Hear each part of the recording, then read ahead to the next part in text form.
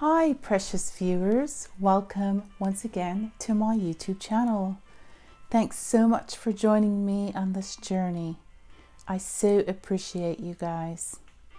So as I was searching for a topic on the series Occupations of the Bible, it came across my heart the joy I am seeing on social media on all of the new bakers out there. I say yay!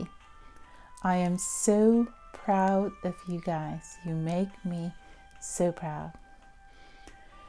Give us this day our daily bread is a petition we hold as followers of Christ. Jesus himself was the ultimate baker, I believe. So today I'm spending time discussing the profession of bakers during biblical times. So I recently shared with someone who asked me why I bake my own bread each week when it is so much easier to go to the store to purchase one or two. In this discussion, though, I started smiling and simply said, in my childhood household, when we had to eat pack bread, you would think it was the end of the world. And she asked why. I said, though we occasionally ate it, we would have rather have our homemade Belizean bread made of coconut milk at the time. Yes, eating our bread was sacred to us. The one whom Peter and John met at the Sea of Galilee after a long night of futile work offered them warmth through warm coals and food in bread and fish. It was a wet and cold night, and they both gladly accepted this invitation. This is in John 21, 1-13. Now, when we look at the story, guys, we know there was no bakery around that Jesus could have purchased the bread from. So it's my belief he baked and prepared the fish, the bread, made the fish of Peter and John himself.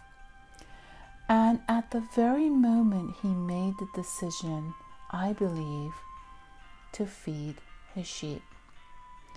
Jesus wants us well, guys, in our minds, in our bodies, and in our spirit.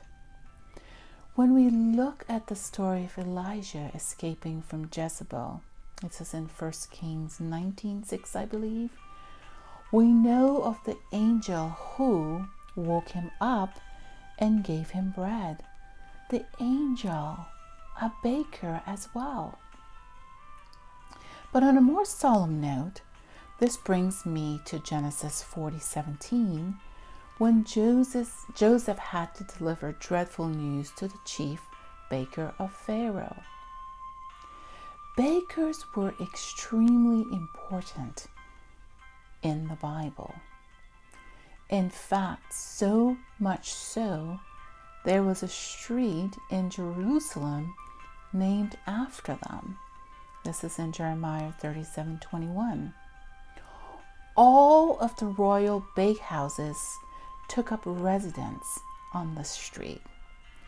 We know also Jeremiah was fortunate to receive a loaf of bread from the street until all the loaves were gone. So we so know that before bakehouses, though, women in the home made bread for their families, but public bakers were usually men. This is in Genesis 41, I think. When visitors came to Abraham and Sarah's home, he eagerly asked her to bake bread, and he said, to make cakes upon the hearth. And this is in Genesis 18:6. Funny thing though, in my research, it showed that the eldest daughter in each home made the bread, and some biblical scholars have argued that perhaps this is why Leah was tender-eyed. Perhaps her eyes were bothered by the oven's heat. Who knows what the answer is, guys? It just gives us something to think about, right? So today we cut bread instead of breaking it. To cut bread in the Bible was dubbed as killing it. There lies the comparison of Jesus as the bread of life. The greatest honor of bread was when Jesus himself chose bread as a symbol of his life. He was broken for us on the cross. This is in John 6:35. Broken at that time in mind, body, and spirit. Now, I'm not going to go ahead and spend time or energy discussing the darker meaning of bread. There are plenty out there. This is not what I do here. We know that today we have a mass production of bread, but yet even in these modern day times, we know people still prefer the homemade versions. As I said earlier, I bake my bread every week, not only because it's nutritious, but because the process itself allows me to slow down. It is a therapeutic time for me. So I love to see so many people taking up this craft once again to feed their families, for a hobby, and likewise a business. As usual, I have so much more I want to kind of share on this, but I'm going to hold out. But I do know what I'd like to do is I'm planning to build a clay oven, much like those used in the Bible. I'm not sure when I'll start this project, but I'm thinking it's going to be soon, and when I do, I'll be more than happy to share the entire process with you. I honestly believe within the current health crisis in our country, we are going back to the basics. We have to, guys. Now, if you consider yourself to be an excellent baker of bread, perhaps this could be a part-time gig for you. I have entered some information in the description below to help you get started as far as health, baking, your kitchen, cleanliness, that kind of stuff. Now, guys, again, if you like my content, please consider joining me in this community.